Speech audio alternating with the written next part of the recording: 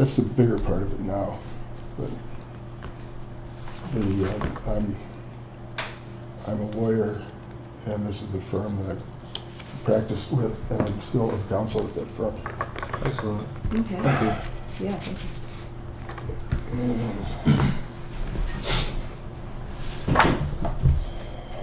Alrighty. We'll let him finish up that form.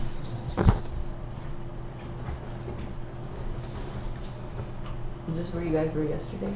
No, we were downstairs in the big open space. It's being set up for our summer fundraiser that happens on Thursday night. So.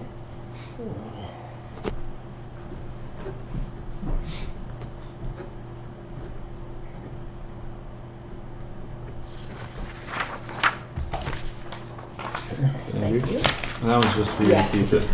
Just a little information about Okay, our program and what we hope to do this summer. good. I can make notes.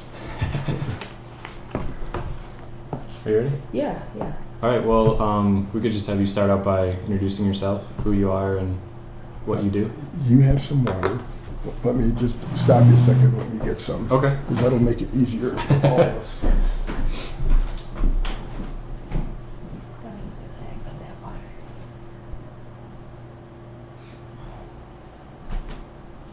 Cool window panes.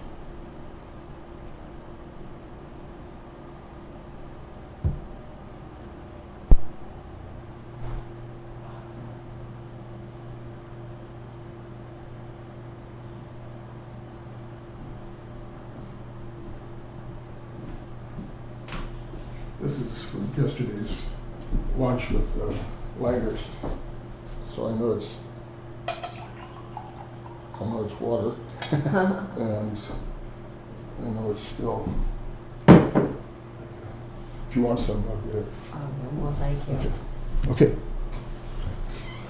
So you wanted me to begin with my name and. Yep. Okay. And a self-introduction? Sure. I'm John Scripp, Scripp, and I live at 3123 North Marietta, Unit 3 in Milwaukee, Wisconsin. I have lived on the east side since about 1970 or 1976, depending on where you draw the line between the east side and River West. We spent about 4 or 5 years on the river, on the west side of it, before we found a place, Newport Avenue, where we could start to get our children in school. We moved there so that our eldest daughter, who was born there, and son, could go to school at Hartford Avenue School, which was at that time the best reputed to be the best of Milwaukee's public schools. And we got there in 1976, enrolled the kids at Hartford, and the desegregation order came in to desegregate Milwaukee's public schools, and no sooner did we get there that the next year we joined hundreds of people on the east side who voluntarily bused their kids from the east side to schools around the city, and that were in order to integrate them. And our kids took our kids to Lloyd Street School, which is on 12th and Lloyd, and it was about as far from Hartford Avenue and the surroundings as you could get, and the short of it is that we went through the troubled process, and it wasn't the community that was causing the trouble. It was the pressure of the staff and teachers and the system to accommodate this. And we we had a great community meeting and settled everything down, and then ended up, all our kids ended up at least starting at Lloyd, and going on from there to ultimately to Rufus King High School. And the kids, we have 5 children, 4 that were reasonably close together, and then 10 years later there was our son John, who's just turned 28 and is getting married this October. Going to have his bachelor party this weekend, and so they had gone to. We had one daughter who went to Minnesota to play soccer up there on the first women's team, and John went to Madison to play soccer.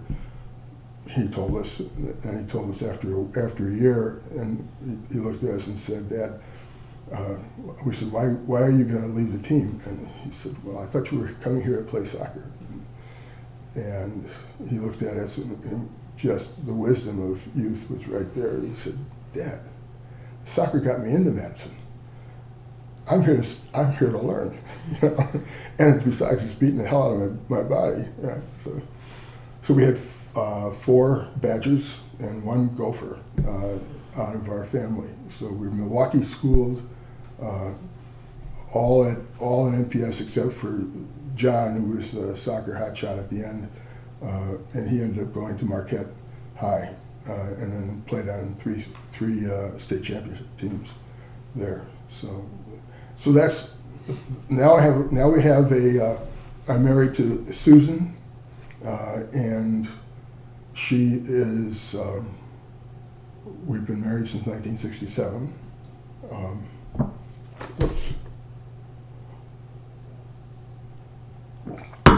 She is the mother of the 5 children. She was a teacher at NMPS, and she retired. We have 2 of our daughters live within 3 blocks of our house, but they upgraded substantially in both cases. When our first children were first one was married, we thought we didn't know how our children were going to be able to sustain the standard of living that they'd become accustomed to. After the second one was married, we knew that they weren't. They were going to blow right by it, you know. So they've been fortunate to have to marry partners that have been driven, and together they've made good teams. And so we've got one set that's a son who lives in Green Bay, comes down here fairly regularly for soccer and swimming, and with our grandchildren, 4 up there. We have 5 grandchildren who live within 3 blocks of us. And we have 1 grandson who's out in California. And we have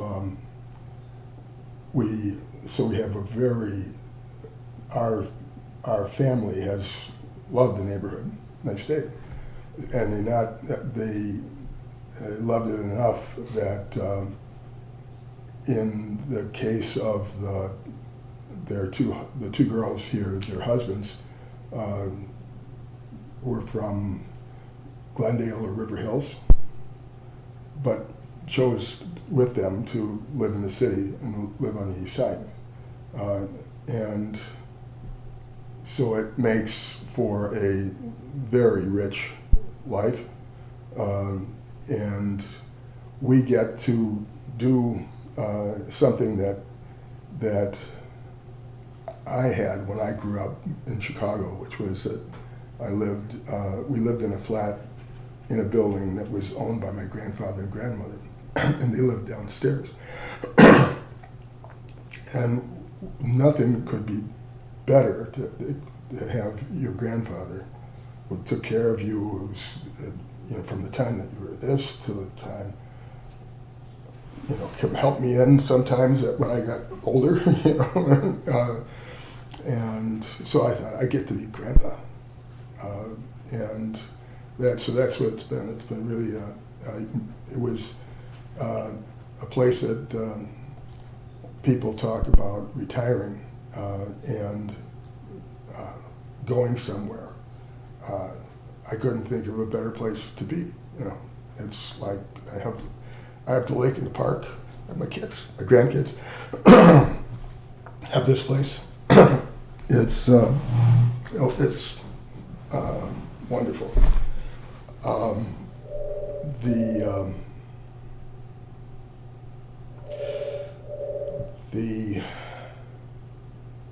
The other part of that is that my daughters are both active in the community, and so they've seen what I've done over the years, and my wife has done with her friends and in the community, and they just dive right in. And it's not strange. It's not something that they're afraid of. It's just it doesn't mean it's fun. Sometimes it is, but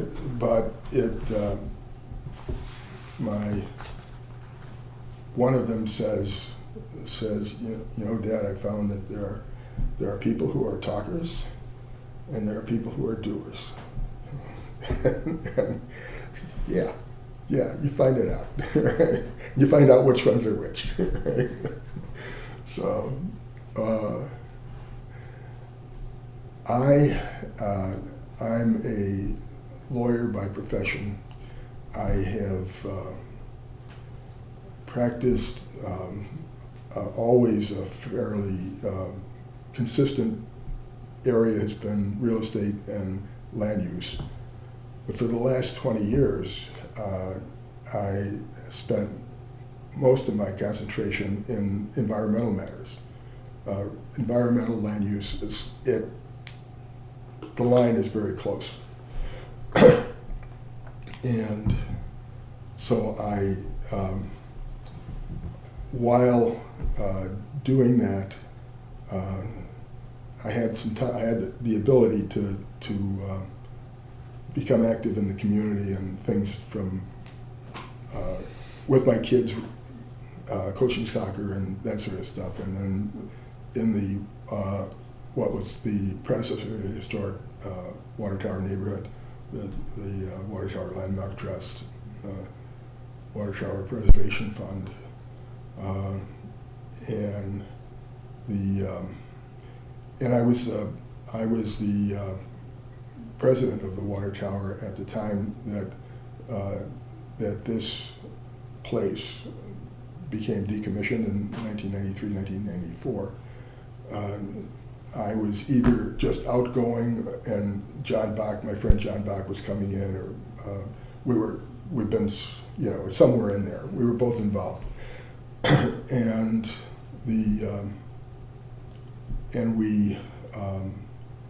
we thought that this place, we knew of this place as we knew it was a lighthouse. It was a place in the park, but it was different from the park because there was something going on here. There were people living here. Turns out there were Coast Guard people living here, families. When I got to town in the early 70s, I remember the light going through, and it would go through some people's bedrooms, and some people loved that, and some people hated that, right? And then I always remembered the foghorn, and I thought, well, that must be connected with this. I found out later it's not, but that's another story. And we had a couple of proposals that were floated to use this place for. One was for a youth hostel, in connection, and it'd be a great idea to have a youth hostel in connection with the Summerfest, that young people could come from all over the world and they could stay right here while they enjoyed that. You can imagine what the people across the street, would have been saying about that. There were one was a B&B bed and breakfast. One was I can't remember the others, but they were very definitely the answer was no from the community, and so I said, and enough people agreed with me that you can't just say no, because sooner or later somebody's going to come by with something, and they're not going to take your no, and they'll have a good enough program that they'll get it through, and it may not be what you want. So if you want to do this the right way, we should figure out what we want to have happen here, and then try to find somebody to do it. So we had short of it was we were looking around for someone to help guide us into this process, determining what we should do. And we were members of the Water Tower Landmark Trust, Historic Water Tower Neighborhood, and the early members of Lake Park Friends. We had a joint committee. We had not worked together before, but we knew a lot of people together. So we met with in this committee with the then county supervisor Penny Padell, who's still around but lives up in Shorewood, and we met usually at a place called the Coffee Trader, which is now Via on Downer. And the Coffee Trader on the east side, and this is part of East Side lore because it was the first happening place on Downer Avenue that I knew of. It was open. There was used to call it California type food, or not quite natural food, but close. It wasn't sliders, and nice tea, coffee, and a place you could get a drink. So people spent a lot of time there, and that was a good meeting place. And we'd meet there with a couple of representatives from the county staff, as well as Penny, and we decided that we needed some help in guiding us I remember I went to Chuck Engberg, who's an architect in town, and who until just very recently lived on Shepherd, south of Hartford, and now lives down in one of the high rises down on the river. And he's a prominent architect in town, Engberg Anderson. And Chuck said, I said, who can I get? I need a planner or an architect. And Chuck said, I'd like to help you, but you don't need a professional, an architect or a other planner, because you've got smart people here. You just need somebody to help you figure out what you want to do. You need a facilitator. And again, this is very short. We located a man who was coming off of being a very successful county supervisor, and now is the president of the CEO of the Marcus Center, Paul Matthews. We hired Paul. We hired him with money that we got in a grant from the Dan Hone Foundation. Who's Dan Hone? Dan Hone. Daniel Hone was the last and longest socialist mayor of Milwaukee. His grandson, Dan Steininger, lives on the east side with his wife, Judy, who's a professor at MSOE and writer. And Dan had left his law practice and he was the CEO of the Catholic Knights Insurance Company. Dan had a foundation that his grandfather, that was set up at his grandfather's death. He granted us the money that we needed to pay for Paul's plan, pay for Paul's services. We conducted the services, and we conducted the process, and came up with a plan. We told the county what it was, and we asked the county for an option to rent the facility, to restore the facility at our cost, and then to rent it on a long-term lease and operate it all at no cost to the county. We just thought, we can do that, or somebody can do that. So we had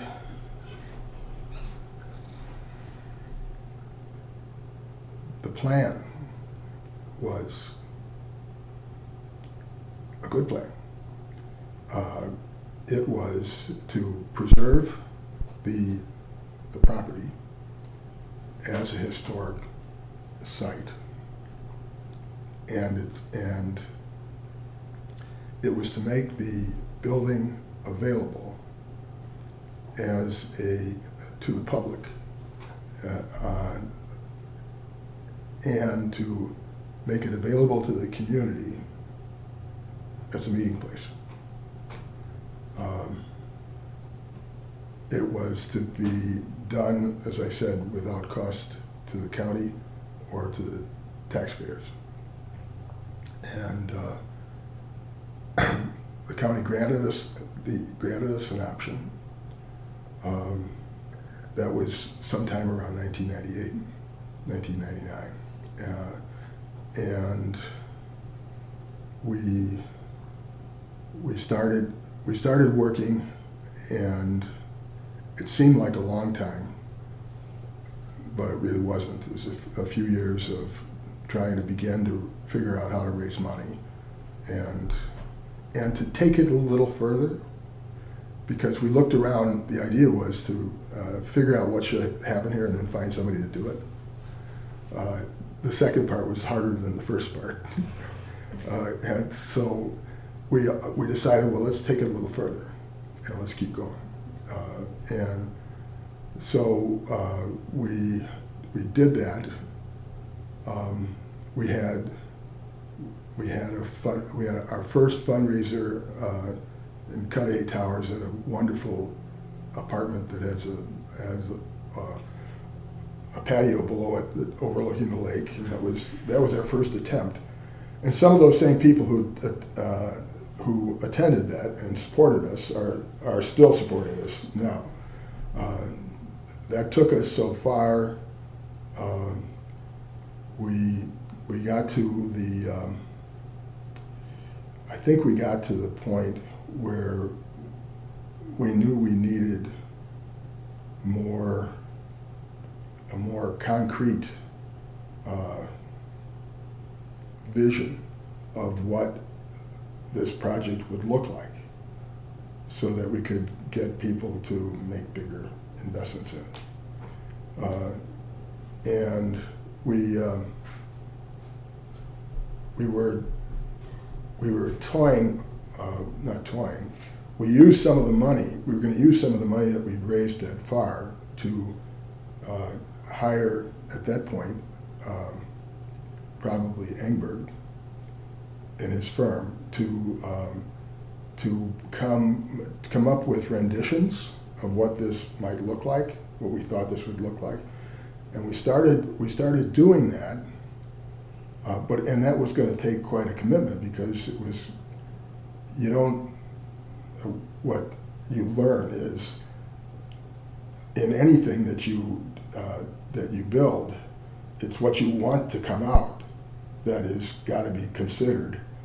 Otherwise, you're not going to be satisfied with what does come out on the end. And it would take a lot of work and a lot of more research about learning the story of this place to answer that. And about the same time, there was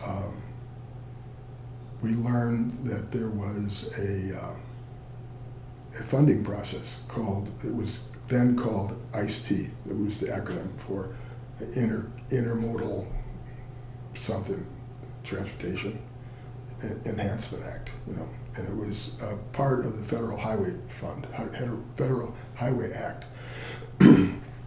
That the short of it is that there's millions and millions of dollars given to each state each year by federal highway taxes, and as a bone to the people who oppose simply feathering the nest of concrete pavers and wanted to make some substantial improvement to the transportation system. Congress created this transportation enhancement program that says 15% of all the money you get has to go for transportation enhancements. And what are those? Well, they're like new mass transit facilities, mass transit plans, bikeways, all that kind of stuff. And there's restoration of historic transportation-related facilities. And what's that? Well, it clearly is a railroad station. That's how a lot of railroad stations get restored. But when you read the law further, you find that it's only surface transportation here. But surface is anything but air. So water is surface, and just before us, we had seen that there was an old little lighthouse up on Potawatomi Light on Rock Island, north of Washington Island, that is probably one of the oldest lighthouses on the lakes. And it got restored with a T grant, Transportation Enhancement Grant, with a combination of community and DNR. And so we hired another I don't know, where did we get the money? I'm not sure where we had it, probably in what we raised, and we hired another guy, Mike, I'll think of his name, to help us put the grant application together. And that, it's a grant, it's a document. I'm a lawyer, I can do that, and Mike is in development, and he understood how to couch it and how to make it look good. And then we also knew that this is a competition. There's like $15 million available to the whole state, and there's 70 applicants for it, and we're looking to get 1.2 million out of that. So we put on a press. That we, as me and some members of our board. So you talk to everybody you could think of who might have some influence on the committee that was formed to make this decision. And it would help if you had people who were connected with those who were on the Democratic and Republican side, because the Republicans were in at the time, to support this project. Turned out we succeeded in what I think is certainly the best public governmental relations effort I was ever part of. And people you went to got people to help you. We had both Tom Barrett and Scott Walker helping, and Tommy Thompson and Scott and it was it was really a good effort. We were the highest rated, and we got fully funded. And we thought, oh, that's great. Well, it turns out that you do this in partnership with a public sponsor. There has to be a public entity that will agree to be responsible for the beginning and the end of this project, even if it costs more than what the grant provides. And the grant provides 80-20 financing. So to start out with, somebody's got to come up with $250,000 to be that the local match part. And then somebody's got to be available in case it overruns to pay the excess. And we said, okay, we'll do that. And we can live with the county as the owner. That's appropriate because the county owns. I missed a step. This land here, until 2003, was all owned by the federal government, all the way down to the lake, right across Lincoln Memorial Drive down to the lake shore, and that was part of why I was kind of slated to do what I've done here, is that I could see that there's no way that this property can do anything else but be part of this park, and that the county has to get it. And the only way the county can get it from the federal government is if it preserves it for certain purposes and it respects the history of the site, because it's on the historic register, and it is historic. So you could see that it was sort of like, okay, this is it's sort of like a path. This has got to happen, this has got to happen, this has got to happen. So in the process that I was describing, we were learning more about the place, and we were the local color for the county, who had to make the application to the federal government to acquire the property, and we were also the preservationists who were going to come up with a plan to preserve it, and that's going on at the same time we're raising the money, at the same time we're getting the grant, and we're roughly the same time we start the process of actually putting together plans with the county as the owner. And the county made a decision. The funding would pay for construction and would pay for architectural planning. The county made a decision to say that their people at the DPW, Department of Public Works, would be the architects, and they would get the pay that was provided in that grant for that purpose. So it was interesting because you had the county was wearing multiple hats. They by then became the owner of the property. They were obligated to carry out the grant, but they had us as the people who were coming up with the match and were committed to pay the balance at the other side. And yet they were also being able to charge against that fund for their own services. So it was interesting. The short of it, that's the short answer. We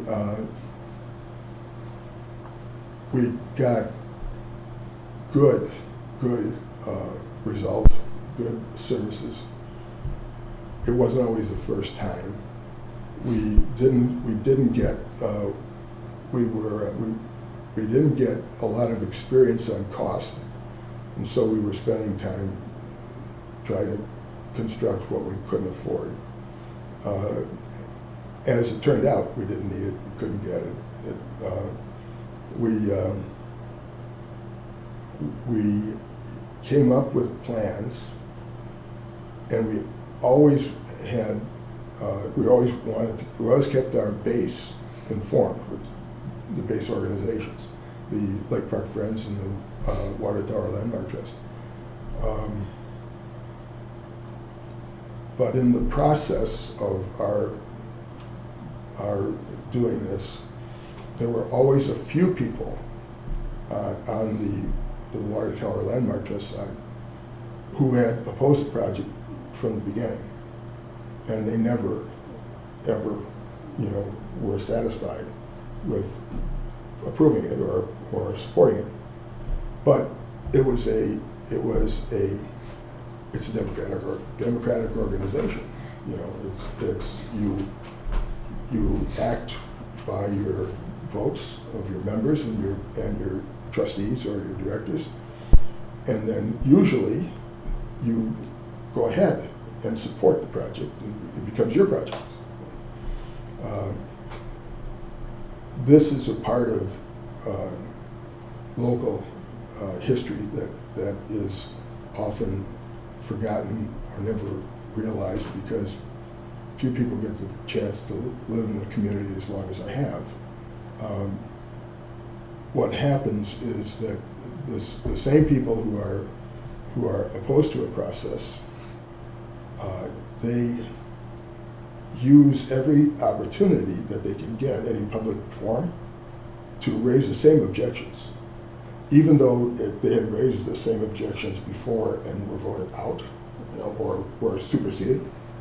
They don't care, Even though they're members or directors of the organization, they don't care. This is what I think. This is what I'm going to say. But in general, there was support, tolerance, at least tolerance,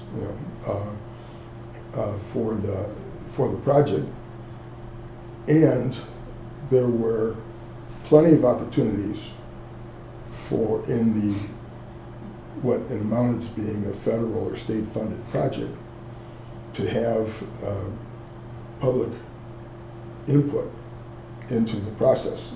There were many meetings.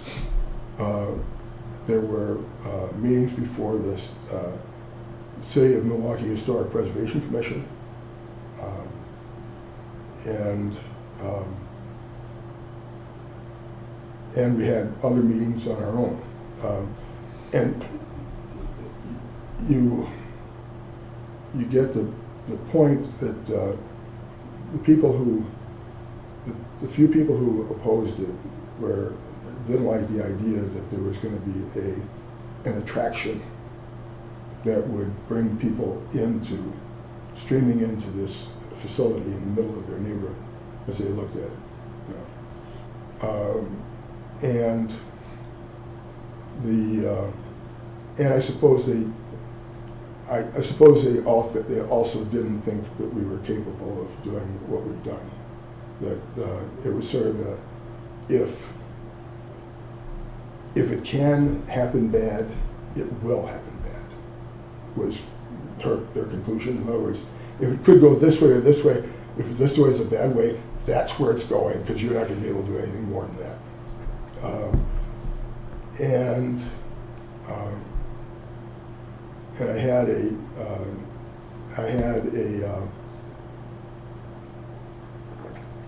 very frank conversation with one person who I knew was a staunch historic preservationist. And I said, why? How can you?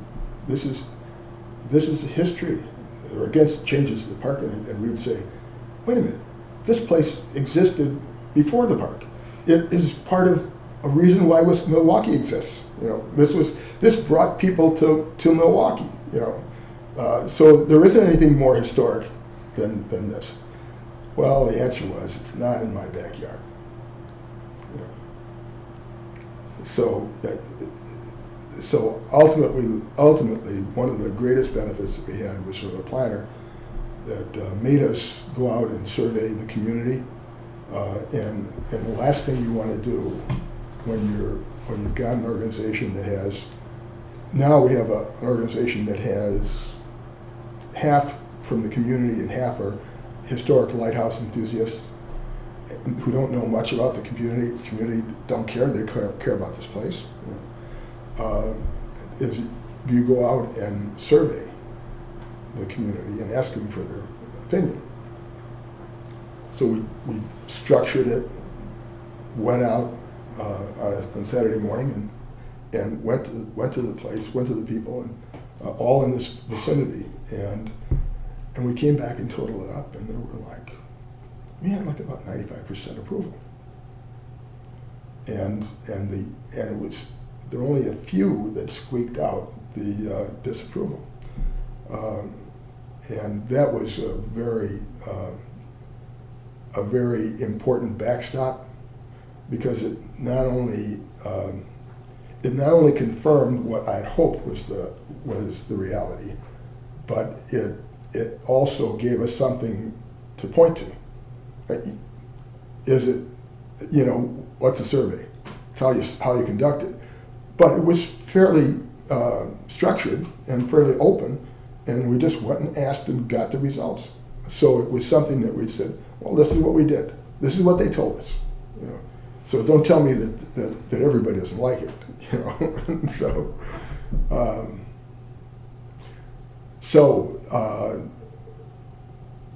That's an important part of this. It's not like I did this alone.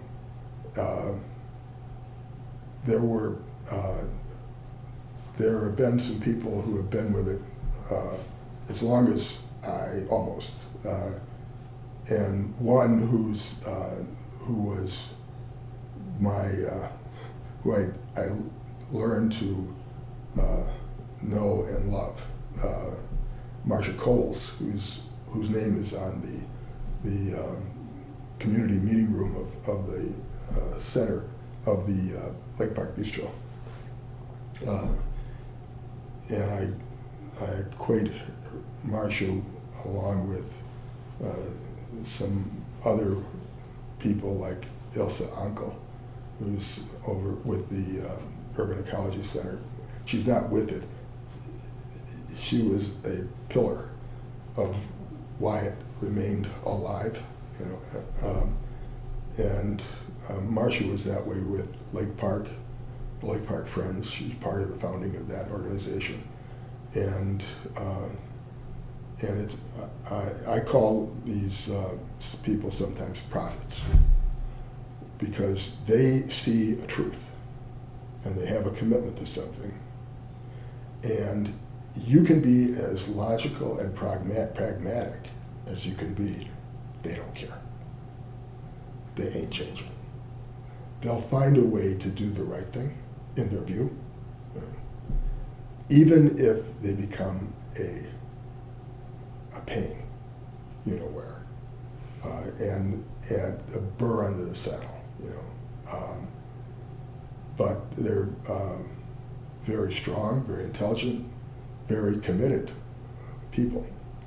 Marcia was a director, one of our group from the beginning, and she died a couple of years ago.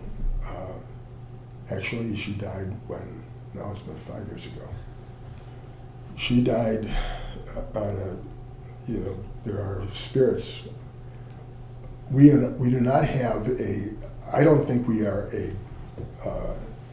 one of these, people always want to find ghosts, ghost hunters, and they always want to come to the lighthouse, old lighthouse, and that's great, and we keep saying, get out of here. There are no ghosts here, no record of any ghosts or spirits, and we do avoid it. But we do get to the point where when that bell that's downstairs, when it was being brought in it weighs 800 pounds, and it was being hand rolled in on a cart from a truck through the door. It had to be angled just the right to get it inside. Before it got inside, we set it up there, and we're banging the bell because it hasn't been sounded in 30, 40 years, and it wasn't going to be sounded again when it got in our place. And it's wonderful. It's got this resonance. It's not like it's the highest, it's just a deep resonance that comes through. And so we get that in, and we put it inside, not a nick, nothing. It's up there, it's put in place. All this time, Marcia is dying over in St. Mary's of cancer. She never smoked. She died of lung cancer. And just at the time, I find out that day when I go to see her that she's died. And I said, when? And she died about the same time that we were banging that bell. So it was, talk about a spirit, you know, I told that story at her funeral, and her boys, the father had just died, who was not a joiner, he was a curmudgeon, and I think she put up with a lot, Elliot. But the boys that the two of them raised in the community are one's at Harvard and one's somewhere else. They're both successful, and they are now supporters of this lighthouse, and they are because they know what their mother put into it, you know, and it's a lot more than money. It was angst and commitment and spirit and things like that. So there are spirits like that. There are spirits like the Vivian Langers was the wife of Norb Langers, who was in here yesterday, and Norb was here with his daughters, his 3 daughters. Vivian had died about 2 months ago. Back before we got together and got the money to construct, we had a visit, an open house, and it got good press we got good press from the AP. It was on the AP. When we're here, Vivian comes through with a crew of people from Great Lakes Lighthouse Keepers Association. Those are people who grew up in lighthouses. And Vivian tells us that she grew up here. In 1930, her father was the first of the auxiliary keepers who came on to take care of the harbor light. This was her bedroom right there, in that room on the side to the right. Mm. This was how she would jump up and see she would jump up here when she was a little girl to see the cars, and they called them Tin Lizzies, that would go across the Lake Drive. Lake Drive was, what was here was the drive in the park. These line bridges were wider then, and they had two-way traffic. And this was the proverbial Sunday drive. This is where people came to take a drive along the lake. And you'll see more about this park, about old historic pictures of strolling in the park and band shells and all that. That's where this happened. So this place was just, was right in the heart of it, but not exactly part of it. You know, there was actually when developed the park, they got an easement from the federal government to lay the park out across it. And it was always covered, always contained by a fence, and that stayed there until the 1990s, till after we took over the facility. And Vivian told us how, she told us graphically where the fog garden was. We said, didn't you get scared by the fog garden? Said, well, yes, but not when you think. When she was about 3, her father took her to on the government launch to go out to the breakwater light, and they went up there, and he created a nice little cot for her. She lay down and went to sleep for the night until, which was right under her. So that's where the light is. That's where the fog garden is. It's out there, and so that kind of a story just it just comes back, and it gets reinforced when their families come through and retell the story and provide pictures and we've now collected pictures and stories of her father's being the keeper at other lights, and what life was like there, and her father was keeper on duty at the time that he's probably the last person to see the car ferry Milwaukee go off in 1929 when it lost all 50 people aboard, and whole crew. So, it's just, that's me. Just a second, I'll get this. Oh, excuse me.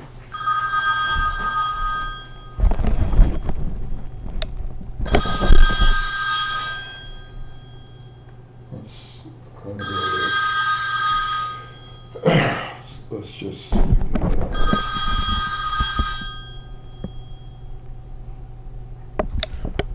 Okay, I'm sorry.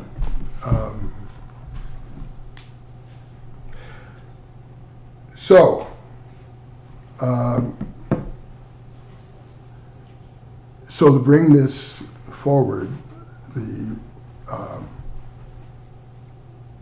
we've had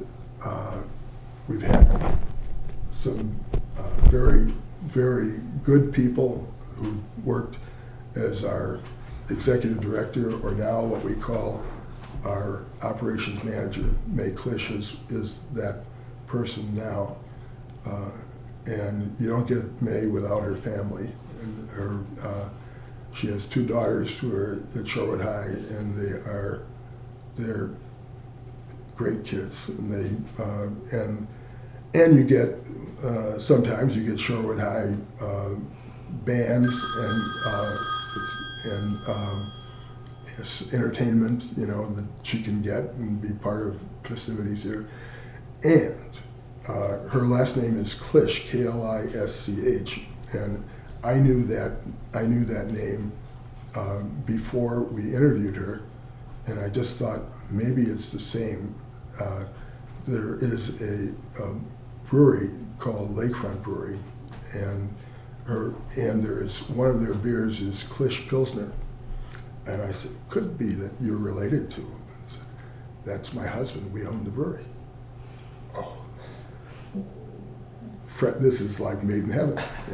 So Russ is a great guy and very generous, and we have been blessed to have a steady supply of lakefront here for our events, and he's in the community and in a historic building and or district, and so. It fits, and we got into through May, we got and Russ, we got into the local first movement, and that allowed us to realize that we are a business. We're a charity, but we have a part of it, a service that we sell, and one of them is as a meeting facility, and so. People can, in addition to being a place where people can come and tour, so that's been a good thing for us to make contacts with people and to keep our mindset like businesses, that like a small business is, that you got to hustle, and if you don't hustle, you don't exist, and you got to keep at it. So, and May's been perfect for that. We've got Jerry Olson, who's one of our event planners, is our event planner. That we have weddings here,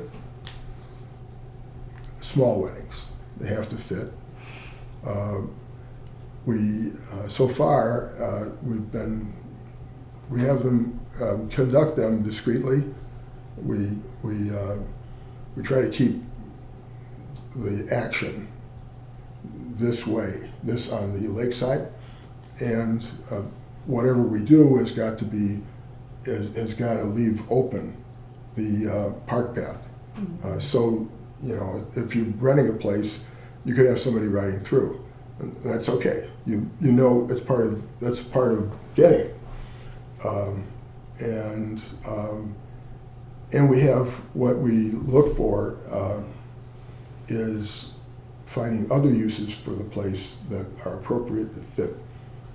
May's idea was to get together with a couple of other women who had businesses to have something called a Strong Women's Retreat. And I don't know if you call it a retreat, but it was whatever it was. Strong Women was in it. And it was aimed at people who, it was probably women who'd been through some experiences, and maybe some rough ones, that they could reach inside, however they wanted to, wherever they needed to. And so they pull that together out of a feeling that people have had that this was a healing place. Georgia Stebbins, whose face is on that in the middle of the Keeper's Corners, was dying in New York of consumption in the 1870s, and she was told that if she was going to live, she had to get out of the city. Her father had just become the lighthouse keeper here at North Point.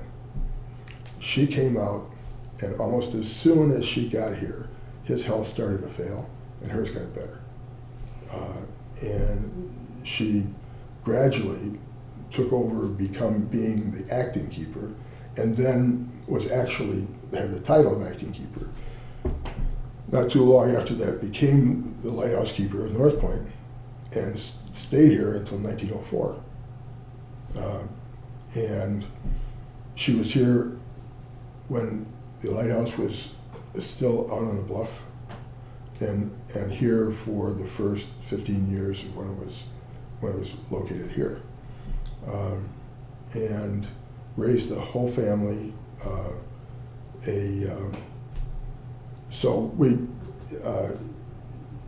It was this kind of, and a wonderful family, very strong family, who ultimately came back, has been supporters of this project and brought some of her stuff back, and been wonderful.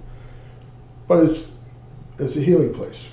It's a place for retreats, for businesses when they want to have a planning session, where when you want to meet with somebody, you want to entertain a few people and a special client, and you want to get to a place where they can concentrate on what you're talking about. And I mean, you get distracted, but the distractions, you know that they're going to be there. They're just phenomenal beauty. So it's so beautiful that you almost become immune to it. Because of course it's there, and so those uses, parties, people, anniversaries,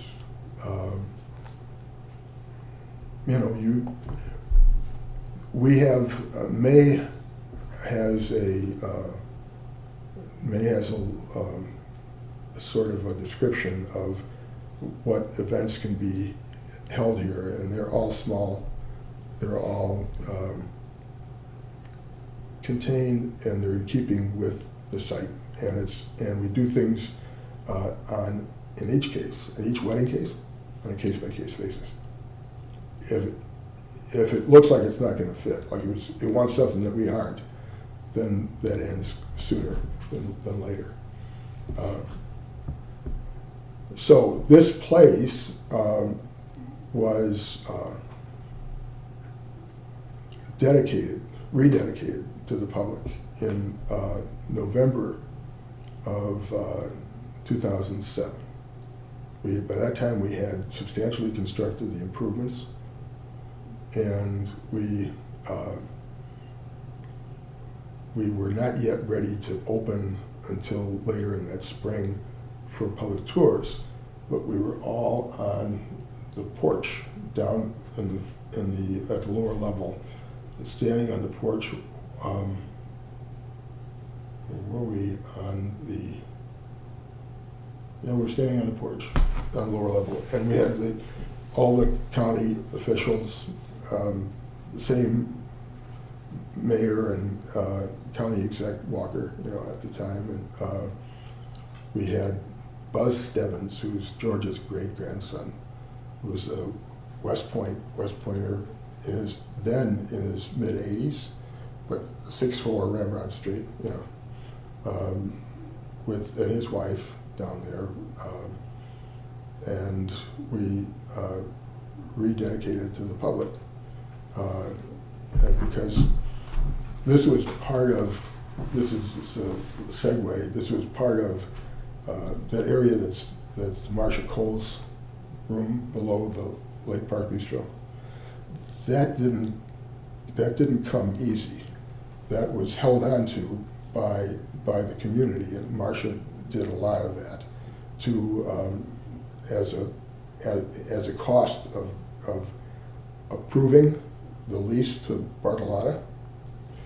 And when that was happening when this became available. And some of us, me, felt like, well, I'm not going to let this one go. We're going to see if we can continue it as for the community, for the public. And so it's been this, it's a connection. It's spirits, but spirits connected from work and life experiences. It's not like somebody is here and haunting the place. No, it's like this. It's like you might be. Hopefully, you're too young to have, but it's like your mother or your grandmother who's maybe gone, but they're not gone. Well, this is all really interesting that you're saying, and I think going back a little bit about the lake and then the importance of this place. If I'm understanding you correctly, what you're saying is that this place is kind of a spot to connect to the past, as well as concentrate on the things you need to do, but at the same time appreciate the beauty of the lake. Mm-hmm. Mm-hmm. Yeah, this is we say that this is a window to the past. And what that means is that in a very short time, you can come into it and realize how not too long ago, things were very, very different. Mind-blowing different. No electricity different. Right? And then, so people get here and they see that, wow, this generation did it, and they learn about the wrecks, and they learn about the transport, and they learn about that was the only way to travel, and those were those boats, those schooners, were the semi-trailers for the country, you know. And so our hope is that particularly young people can see quickly and right in front of them how this is a nice place, it feels comfortable, it's good, but it was tough. It was difficult. Living was not easy.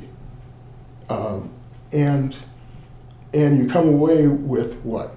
Not, the object is you come away with the feeling that said, well, maybe I shouldn't be as worried as I am about how things are going to turn out. Because they didn't know how things were going to turn out. They just kept going. And so that is, to give some, what I say is, to give hopefully young people some perspective. You worry, you're going to have to worry and fight and stress because that's part of life. But have some confidence that it'll probably be okay. It'll get through, and maybe even grand. You know, you may surprise yourself.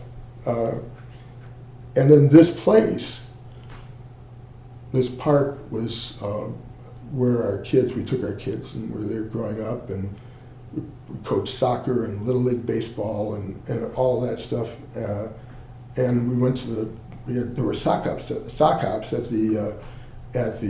for our kids, and we did where it's now the bistro. My wife and her bridge club, that rarely played bridge, decided when our kids were about 16 and were ending up going to parties at people's houses when they were out of town and having the police come and drinking and all this stuff, that there wasn't appropriate place for them to have dances that everybody else thought they remembered when they were kids. Churches and Ys and things like that. And so they decided to have dances at the pavilion. And we had formed another organization. This one was called Pavilion Parents for Teens.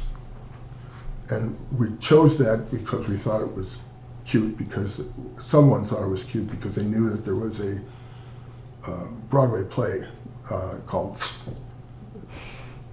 that was something like what a cat would say.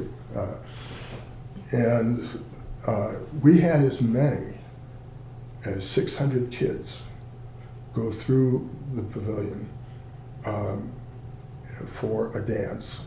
We had kids come from 6-7 counties around because it was a wonderful place.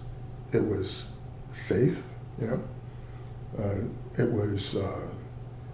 It started off being run by the women had organized it, and they had the men taking tickets and doing. No, actually, the men were doing watchman duties. We had bathroom duty and parking lot duty, and the little brothers and little sisters, they made out because they ran a coat check in the basement, and whereas now the Kohl's Center, and we went through we had a couple of them, and we've had some bad experiences. We had some kids who were obviously drunk and got sick in the place and passed out, and we thought, oh, this is not working. So one of the best thing that we ever did was that they hired a RTM heavy security, and these basically were people who did rock concert security, and their people came to, and they were all either about 6'3" and about 240, or they were about 5'10" and about 240. and in any respect, they were big. And they didn't have the same problem that we had because they just treated these kids like they would at a rock concert. And so they searched them, and they found the stuff and they got rid of it. And we did this for a couple of years, for several years, until our kids went through the pipeline. And so this was a place that had, you'd go for there were political meetings there that were held and we had a meeting when my friend John Bach and I went to the what used to be the Century food store on Downer, was now the EVS, and at that point it was going to be, there was a press on to change it into a Jewel Lasco, and John and I talked to Otto, who was the purveyor of the Century store there, and Otto had brought the bike races to Milwaukee and Wisconsin that you'll see later in the summer. And we said, Otto, what's happening? Do you want to do this? No, because the landlord was going to kick him out. So that started another neighborhood effort with a eclectic group of people who, there were mothers, even who weren't mothers, didn't have children, who were collecting children to picket the Century at on Downer. We had great press, and the day that we had scheduled for a meeting here at the bistro, there's a stage up there.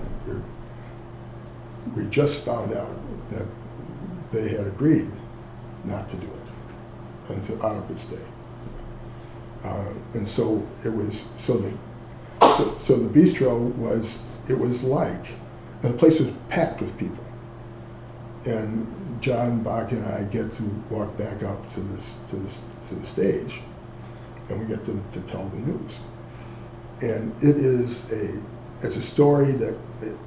If you've ever seen any Frank Capra movies, look for them. They're classics, and they are of the power of people and what they can do. Frank Capra did that Christmas Story, the one about Jimmy Stewart. That's the Frank Capra type, where you come together and so we came together and we won. I said, you won. They heard you coming. So this is a community that has people who care, and more important, they take action. They are talented people. It's a good community to raise your kids in because people are trying to do at least as good for their kids as was done for them, and so we operate in this milieu and we respect it, and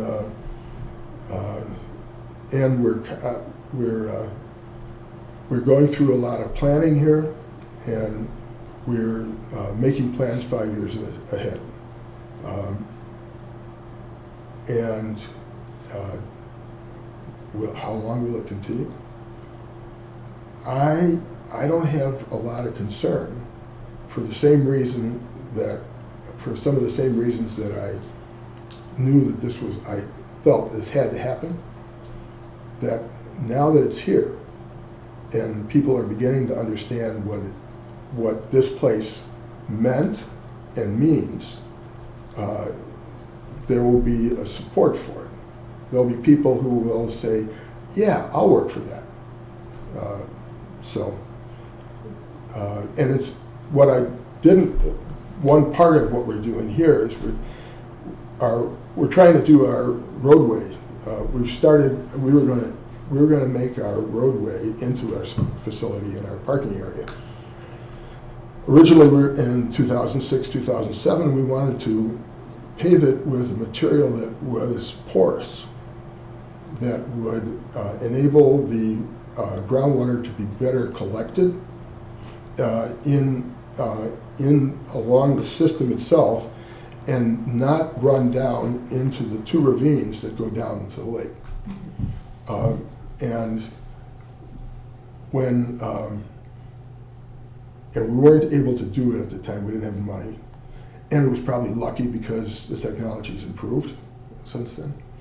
And when we first tried when we first discovered and confirmed its importance was when the UWM school had a study going on. A woman named Sandra McClellan, who's a professor at the Great Lakes Institute, was they had been retained to try to determine whether there was a cause and effect relationship between the closings of Bradford Beach and the overflows from the sewage district.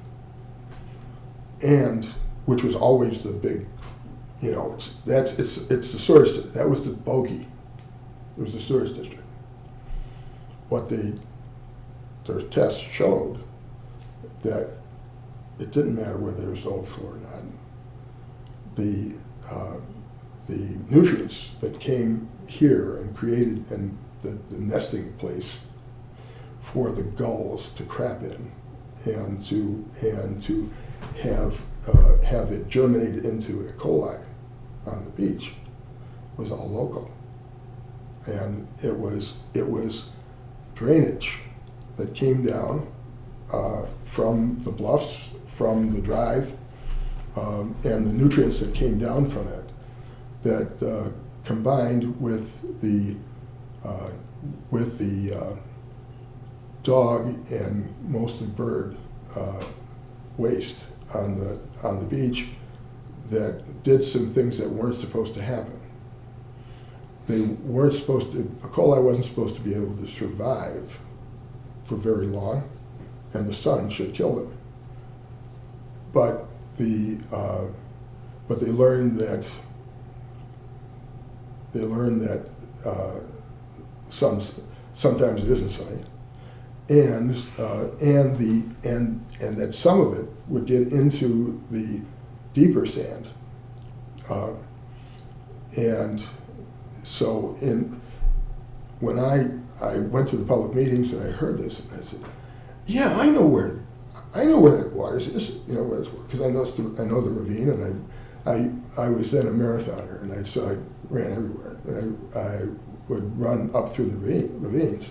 I could see the water coming down, and I saw, yep, there's the water. It goes right down there, and there's no water on the west side of the drive because it's going onto the east side of the drive. It's going onto the drive and up to the east. So we were sitting here. I said, perfect. We're sitting here with two ravines on either side. They're both historic ravines because this park was full of ravines. There were like 7. And a number of them have been filled. The golf course was filled. That was a big ravine through there. And they're ravines because they are drainage. And they were creeks or unnamed creeks that were coming through. And so we got, I said, oh, I know where that is. And you could go across to the other side, walk across from the drive, the opposite the North Ravine, and there's a space at the end of the beach that is heavily vegetated. It's where it dumps, it's always green. That's because it's got nutrients, they put in, and so they used it as one of the places to be a kind of rain garden or rain swale, and so to my thinking it's, oh, that's great. We've got to do more of this because we could help it further by keeping more up here. When they did put those in, they put in some swales in the park on the top of the bluff. There is a rain garden outside here near a tree right in our west lawn. But I thought we could do more than that. So we're working on that now, and what I hope is that we will have we'll have this. Not only will we have this project done, and it will be nice. It'll be better than a gravel road to get to. It'll be better for things with wheels, you know. And it's not. I'm not talking about cars, you know. But more importantly, or just as importantly, it will be. We put up a sign or a small, concise exhibit that does a reinforcement to the signs that are around different areas here, but gives the big picture of how it all comes down into there. Right from here, this is here so that it doesn't, you know, or that it slows it down, and to reinforce the lesson that we're trying to, the hard environmental lesson that is the hardest. We're good about pointing out point source pollutant and the pipe pollution, but we're not very good about getting at the polluters, you know, for our cars, our lawns, our junk, our almost, you know, the hard choices have to be made, and they're not so hard once you realize what the cost is and that it's worth the cost, you know. So that's why it, you know, that's why it all fits, you know. It just all fits. And it isn't like there aren't more important things to do. It's that this is an important thing to do, and I can do it. So it's kind of a this lighthouse was kind of, it became. You'll find this when you get into doing extra things. You may already be doing them. Things that are beyond your job and that beyond your routine, and you say, oh, how much of this can I do? You know, I got other commitments,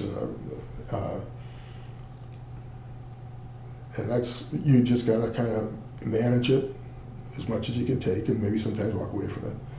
But sometimes there'll be something that says, I gotta do this. This is a mission, you know.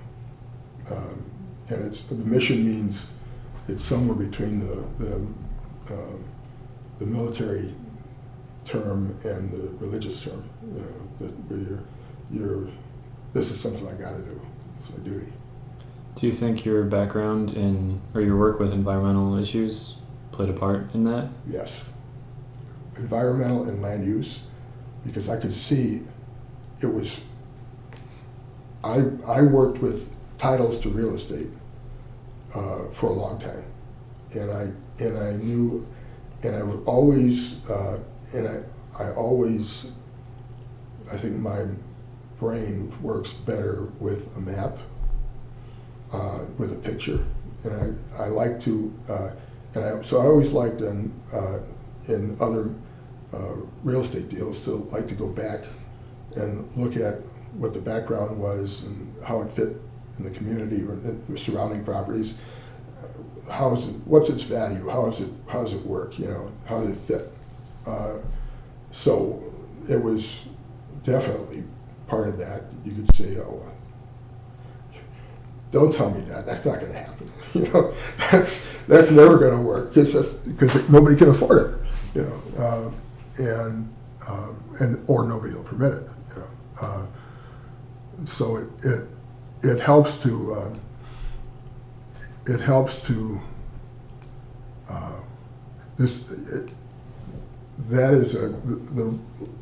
legal experience was very helpful. The environmental experience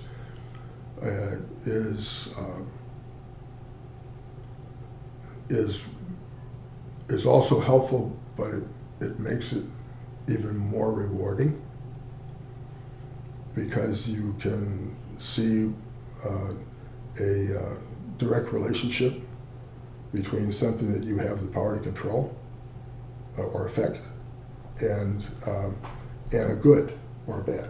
You know. So yeah, that's good. It's taught me a lot. When people tell you to stay positive, you know, yeah. When we had opposition, it was never one that would go after the people and point them out, or you just said, no, we're going to do this, we're going to do it the right way. You know? So stay positive. And then with people, same things with volunteers. That Marcia said one of her last lessons to people was, she said, thank you, volunteers, and then thank them, and then thank them some more. It's very simple, very simple. So you learn those things, and you learn them. I used to say sincerely at the end. It's now thank you. And sometimes even if you're not a volunteer, you know, just for taking the time to listen to what I have to say. So, look, you have any other questions? Do you have anything? I guess.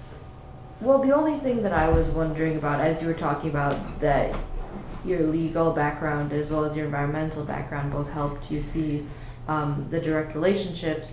Could you tell me like what you see at stake if the water goes in, if the polluted water goes into the lake, or if this place wasn't kept up? What is at stake here?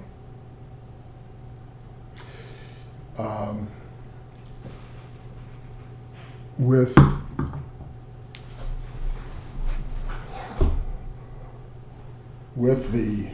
the water,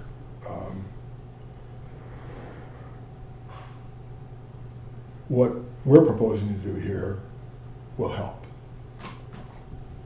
It won't. If it isn't done, I think we'll still make Radford Beach a reality and preserve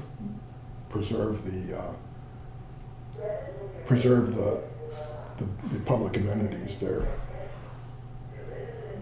But this will make it more certain, and more importantly, this will make the lessons of what it's necessary to keep that more palatable, more edible, you know, and more broadly appreciated than the here and there signs that are put up over individual rain gardens or swales. And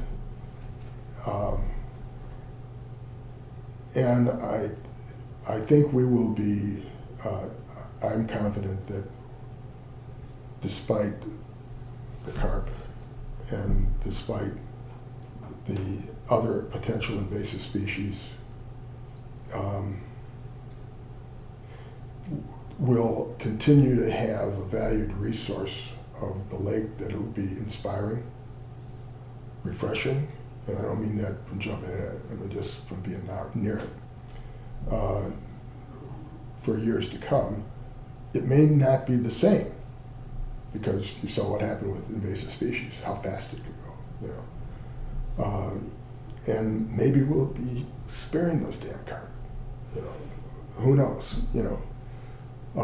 But people will be engaged in trying to do the best they can to preserve it. This place, we were having a talk when we first tried to figure out what we needed to exist by terms of money. We thought, well, what could we do? Well, we know what it costs to operate a program here and have an active community and really a full use of the facility. And we're still doing that on a shoestring. We know that if we couldn't do it anymore, we could close up the place. Its story would be locked inside, except that people would see this pretty exterior, as long as somebody would pay the money to do the maintenance and to open it up once or twice a year for some kind of public celebration, right? So yeah, we could go away and it would stay. But like the lake, I'm confident that this community would not allow it to go into such disrepair that it would be gone. But the difference between that and what we have, which is growing, and I don't mean that in terms of dollars or size or people, but the stories that are coming here and getting told are just richer and richer, just like Norm Langer's coming back with his kids, and sitting here where his wife ran around 80 years ago, you know, in the time sequence that we think is meaningful for this place, because it's way different than what it is now, you know. So those kinds of things just keep happening, and our people, our directors, are not. There's two of about 10 who are still pretty long-term. One with me from the beginning, but the other back to the Lake Park Friends group. But the others come in and they have a passion, they have skill. They don't live here. We have a young woman lives in Greenfield who works for Quadgraphics and is a very sharp CPA and is into it. You know, we have people coming from who've never lived on the east side and who come in and spend lots of time. We have Mark Keene, who spent time here as a kid when his uncle was in the Coast Guard here, and you know, so it's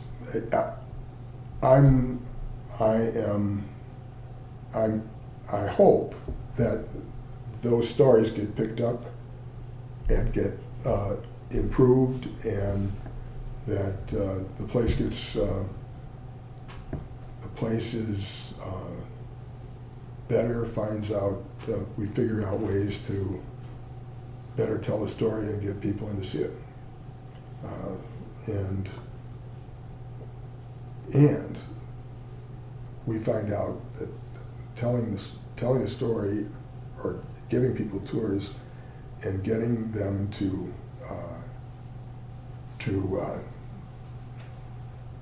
respond, to talk with you about what they see, is enriching. It helps you understand the story better yourself. Mike Connor, who we will talk to. Mike, I wait for Mike's report of who he sees on Sunday and where they're from, and I know how he is, and I know what I can see that he's made a connection, you know, with somebody, and that's worthwhile.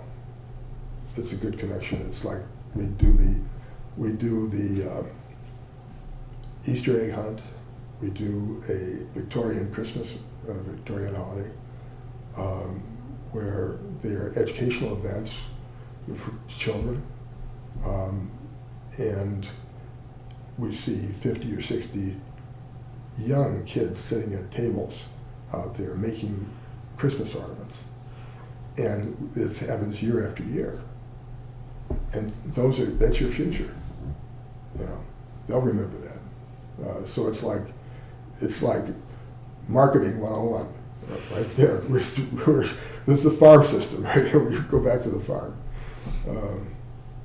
And so all that stuff, it works. You know, so I'm not, you know, I'm not worried because the worst wouldn't be so bad, but the best could be so much better. You know.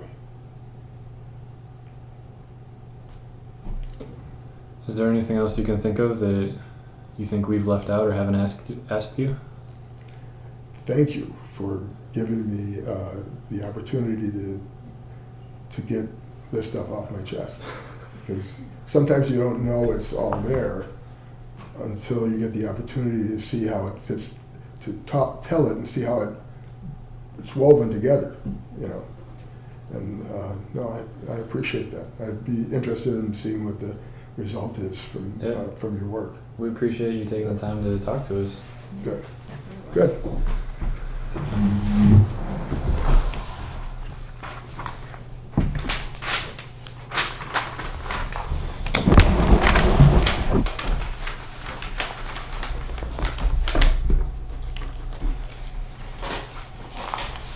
True that sometimes you just don't know what the bigger picture is until. Right. Until you're asked. Yeah. How does that fit? Right. Oh, that's how that happened.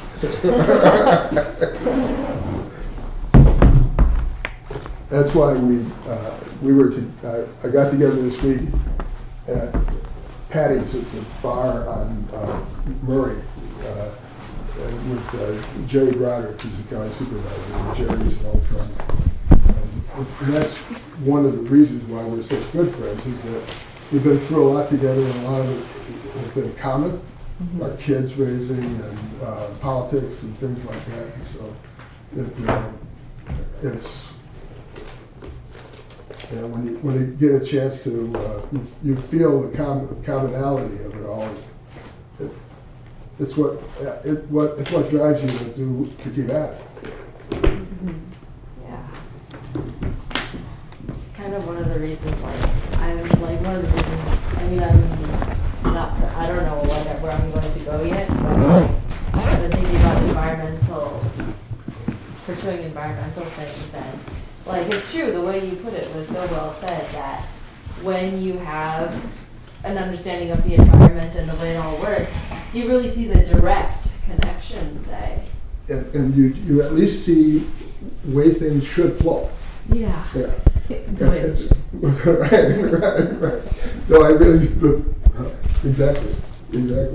So where are you now? What are you in school? Actually, I'm going to be a freshman at UWM this fall. Oh wow. So and we have a bunch of master's students, but I'm thinking about majoring in community education, to continue this kind of mission that you guys have of educating people about stories and the importance of place. So yeah, that's a great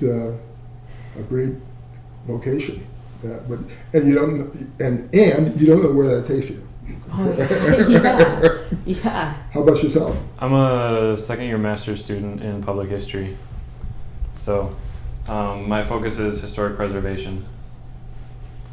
Good. My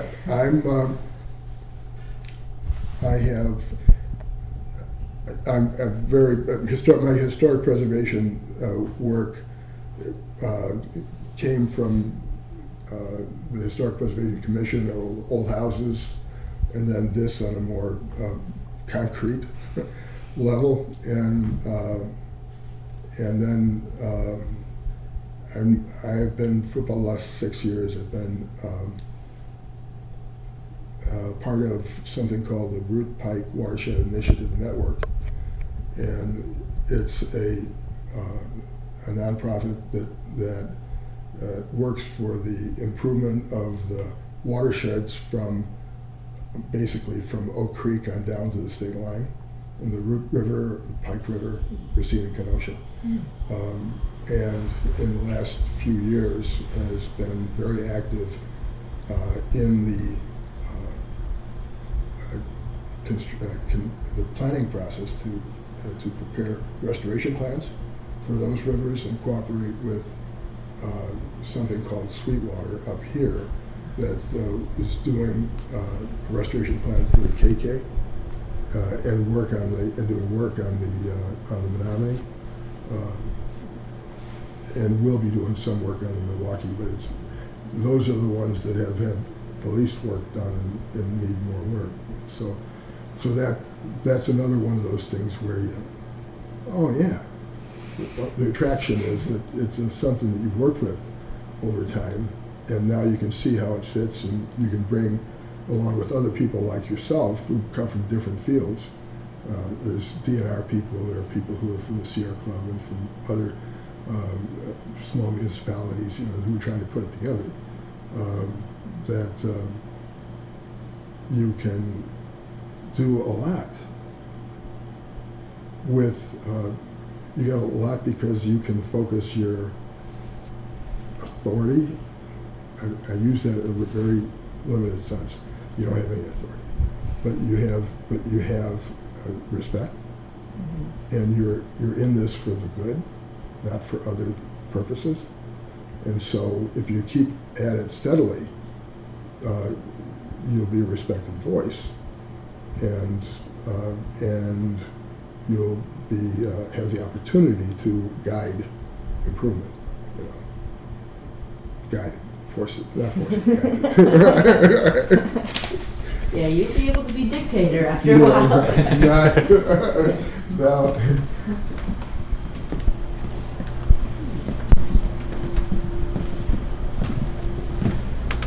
So who's next for you? We're actually done for today. Ah. Yeah, we're done. So We're back in the classroom this afternoon. Yeah. So Tell me your names again. Do you have them written down somewhere? Can you write them down? yeah, sure thing. I can remind them for sure. Got my pen right here. Yeah, I'd be interested in talking to you more actually about the environmental. Sure. Be happy to do that. Just Yeah. give me a call. Okay. You And actually, you can tell I'm not hard to talk to. Okay.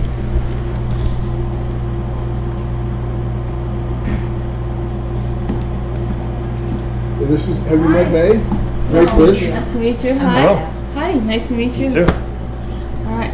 So you're coming tonight? Oh yeah. Okay. Yeah. We have about, what, 20? right. 15 students Yeah. plus some other. Right. Archie said to let you know that he'll be around at 6 o'clock to Okay. help you set up. Okay, that's perfect. Yes. And then, did you look at the setup downstairs? No? No. I was here yesterday and interviewed Mark, and Right. so we got to see it You got it, downstairs. okay. There. So the screen and the I think, projector, yeah. everything? Okay. Yep. Okay. Well, then we'll see it tonight too. I'll be there. All right. Yeah, I actually won't be able to be here. I have to go back to. I live in Tosa and I'm tutoring, so. All right. But So 6 o'clock urgently here. Okay. Yeah. 6 o'clock. Yep. All right. Good. Excellent. Thank you. Thank you. Yeah, it's a pleasure meeting you. Thank you. Same here. All right. All right. Let's head out. Yep.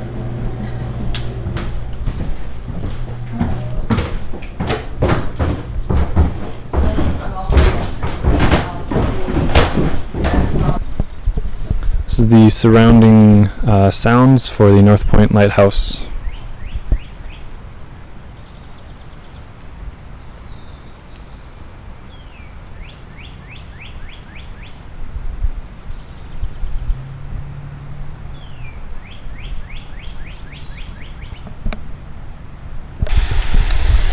These are the sounds of one of the ravines in Lake Park.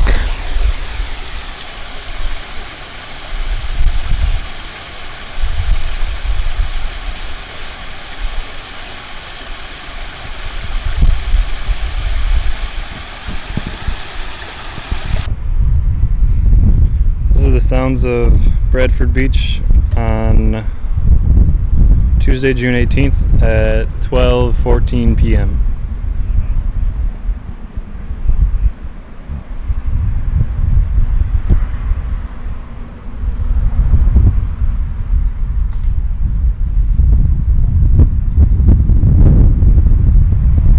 It's sunny and cool and a little bit windy, and the beach is mostly empty.